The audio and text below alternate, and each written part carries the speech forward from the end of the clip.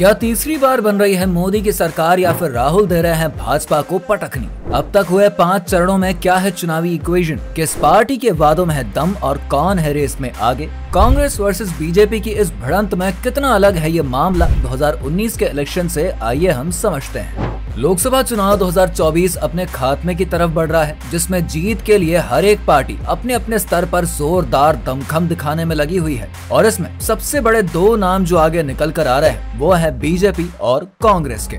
जहां पर कांग्रेस कई पार्टियों के साथ गठबंधन बनाकर इंडिया गठबंधन पर वोट मांग रही है और जिस जगह पर जिस पार्टी का अच्छा प्रभुत्व है वहां पर उसी चेहरे को आगे करके वोट अपील कर रही है। वहीं मोदी की बीजेपी पार्टी लगातार अब की बार 400 पार के नारे के साथ आगे बढ़ रही है।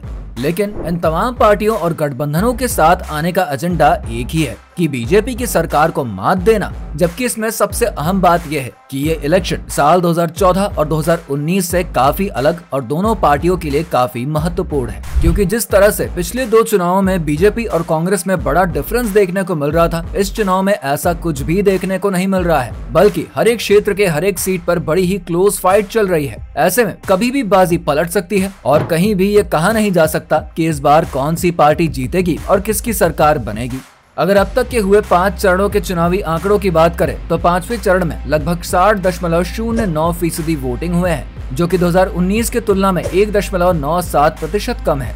5वें चरण का मतदान समाप्त होने के साथ ही 25 राज्यों व केंद्र शासित प्रदेशों और 428 निर्वाचन क्षेत्रों में लोकसभा चुनाव के लिए मतदान पूरा हो गया। इस चुनाव के पहले चरण में 66.14% लगभग वोट पड़े थे, जबकि दूसरे फेज में 66.71% की वोटिंग हुई। तीसरे चरण में 65.68% और चौथे चरण में 69.16% की वोटिंग हुई और बाकी 2 आखिरी चरणों में चुनाव 25 मई और 1 जून को होंगे। इन दोनों ही चरणों में 57 सीटों पर वोटिंग होगी और 4 जून को इलेक्शन के रिजल्ट अनाउंस किए जाएंगे। हाल फिलहाल अगर चुनावी दावों की बात करें तो गृह मंत्री अमित शाह ने ओडिशा की एक रैली में बताया कि अब तक हुए 5 फेज के चुनाव में ही पीएम मोदी 310 सीटों के आंकड़े को पार कर गए हैं और आने वाले 2 फेजेस में यह आंकड़ा 400 पार भी पहुंच जाएगा। चुनावी माहौल को लेकर भावी प्रधानमंत्री के लिए इंडिया टुडे कॉन्क्लेव के सेशन और शीर्ष सर्वेक्षणकर्ताओं और इंडिया टुडे समूह के शीर्ष संपादकों के द्वारा संभावित 2024 के नतीजों की चर्चा हुई, जिसके पैनल में एक्सिस माई इंडिया के चेयरमैन और managing director Pradeep Gupta, Lok Niti CSDS के co director Sanjay Kumar, news director Rahul Kanwal और इंडिया टुडे टेलीविजन के काउंसिलिंग एडिटर राजदीप सारदेसाई शामिल थे। इस चर्चा में संजय कुमार ने कहा कि उनके मुताबिक बीजेपी 300 सीट्स पर आ रही है, लेकिन 400 पार वाली पॉसिबिलिटीज थोड़ा डाउटफुल है।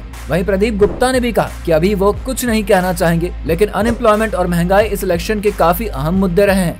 राजदीप सारदेसाई के अनुसार इस इलेक्शन में निर्णायक भूमिका में महिलाएं और यंग वोटर्स रहेंगे, जबकि राहुल कनवल के अनुसार अनएम्प्लॉयमेंट एक बड़ा मुद्दा है, लेकिन फिर भी आज कई लोग ये सोचते हैं कि पीएम मोदी उनके लिए बेस्ट पीएम है। फिलहाल इसमें से किसके दावे कितने सटीक साबित होते हैं ये तो 4 जुलाई के बाद ही पता चलेगा। वैसे आप किसकी सरकार बनते हुए देख रहे हैं हमें कमेंट में बता सकते हैं। तब तक के लिए नमस्कार।